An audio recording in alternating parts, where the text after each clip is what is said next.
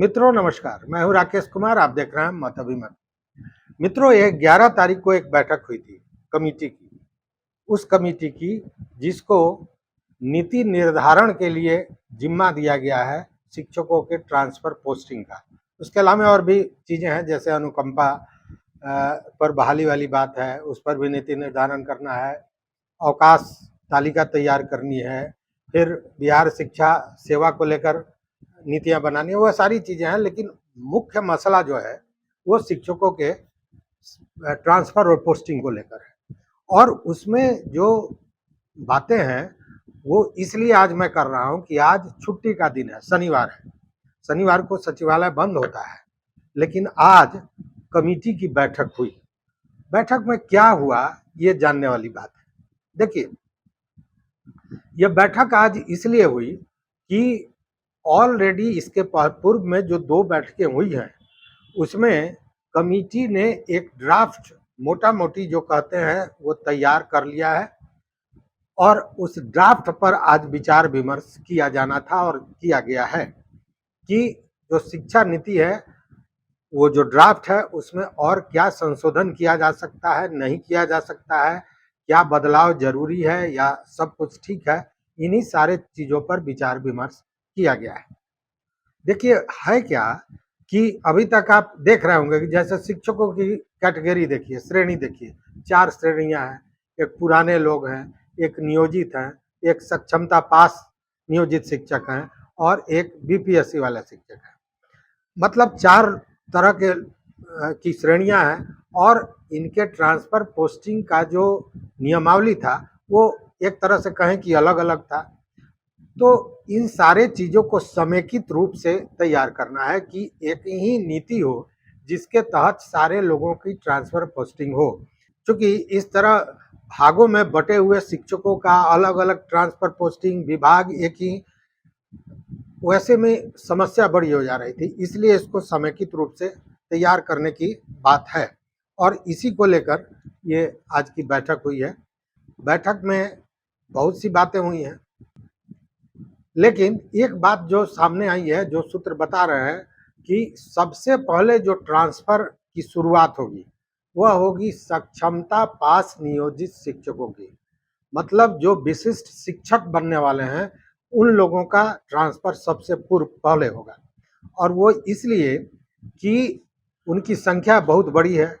1,87,818 शिक्षक हैं जिनकी पोस्टिंग होनी है, और इस पोस्टिंग होने के बाद ही उनको विशिष्ट शिक्षक का दर्जा मिलेगा, मतलब कि राज्यकर्मी का दर्जा मिलेगा।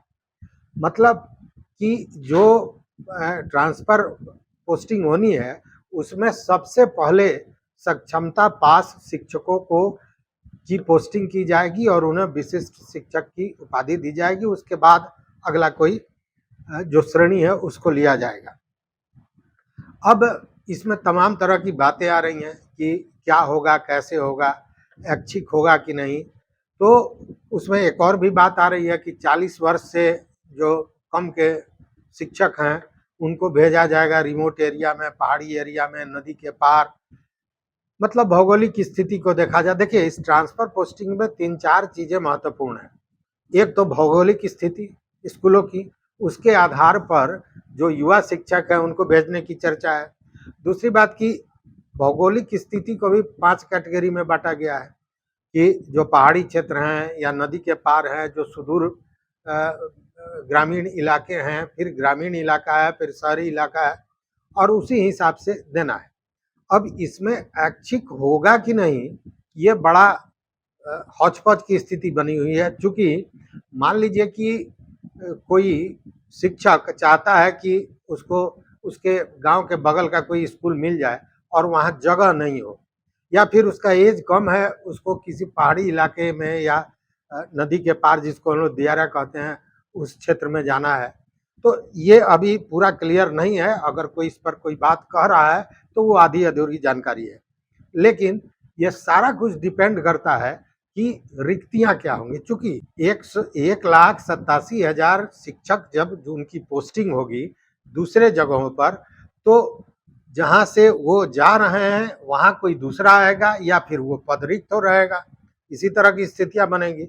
तो ये देखने वाली बात होगी कि रिक्ति क्या है, उसी के हिसाब से। अब रिक्ति भी क्या है उसको भी समझिए कि साफ स्पष्ट कहा गया है कि छात्रों की संख्या के आधार पर शिक्षकों की नियुक्ति की जाएगी। मतलब कहीं पे रिक्ति, मान लीजिए कि 5 शिक्षक थे, लेकिन वहाँ जो छात्रों की संख्या है वो इतनी कम थी, जो 3 ही लोगों में है, तो वहाँ तो ऐसे ही 2 रिक्तियाँ समाप्त हो जाएगी। उसके जगह जहाँ पे शिक्षक की कमी है उस पद को वहाँ भेजा जाएगा। तो ये सारी चीजें हैं और इसी पर विचार विमर्श पूरी तरह चल रहा है। दूसरी बात है कि जो ट्रांसफर पोस्टिंग होना है उसमें 2-3 कैटेगरी बनाया गया है जिनको प्राथमिकता देनी है। मतलब कोई विशेष रूप से अगर बीमार है, किसी गंभीर बीमारी से ग्रसित है, तो वैसे शिक्षकों को प्राथमिकता दी जाएगी कि उनके ऐच्छिक स्थान पर उनको भेजा जाए।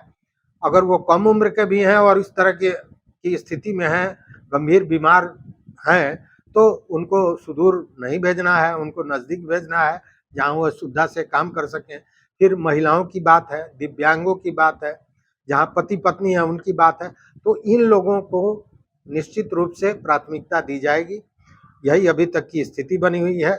तो इन सारे चीज़ों पर गहन विचार विमर्श किया गया और सबसे बड़ी बात है कि जब समेकित नीति, एक ही नीति के तहत सब कैटेगरी के शिक्षकों का ट्रांसफर पोस्टिंग होना है, तो उस स्थिति में सारे लोगों की सुविधाओं को, सारी कैटेगरी में पूर्व में जो नीतियाँ थी उन सारे चीज़ों को देखने के बाद ये ड्राफ्ट तैयार हुआ है और इसीलिए इसकी गहन समीक्षा की जा रही है। और सक्षमता परीक्षा जो पास किए हैं उन शिक्षकों के पोस्टिंग के बाद ही किसी दूसरी कैटेगरी में हाथ लगेगा।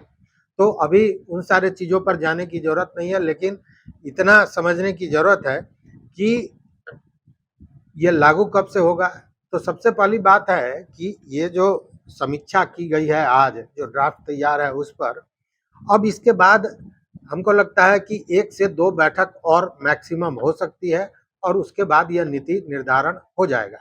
जब यह नीति निर्धारण हो जाएगा तब इसको शिक्षा विभाग के पास भेजा जाएगा, एस सिद्धार्थ के पास भेजा जाएगा, वो इन सारी चीज़ों को देखेंगे। वो उनको अगर लगेगा कि कहीं त्रुटि है, कोई संशोधन की ज़रूरत है, तो वो राय देंगे। उसके बाद समझिए कि ये फाइनल होगा और तब अंतिम राय मुख्यमंत्री का होगा, सरकार के पास इसको भेजा जाएगा। लेकिन इतने से बात नहीं बनने वाली है, क्योंकि मैंने जैसा बताया कि कई कैटेगरी हैं शिक्षकों के, सबके ट्रांसफर पोस्टिंग की अलग नियमावली थी। तो सबसे पहले जो नियमावली पूर्व से थी उन सारे में संशोधन होगा और संशोधन के बाद बाज़ाब्ता उसको सरकार की मंजूरी मिलेगी। उसके बाद ये जो नई नीति है वो लागू की जाएगी और उसको सरकार मंजूरी देगी और वो लागू होगी।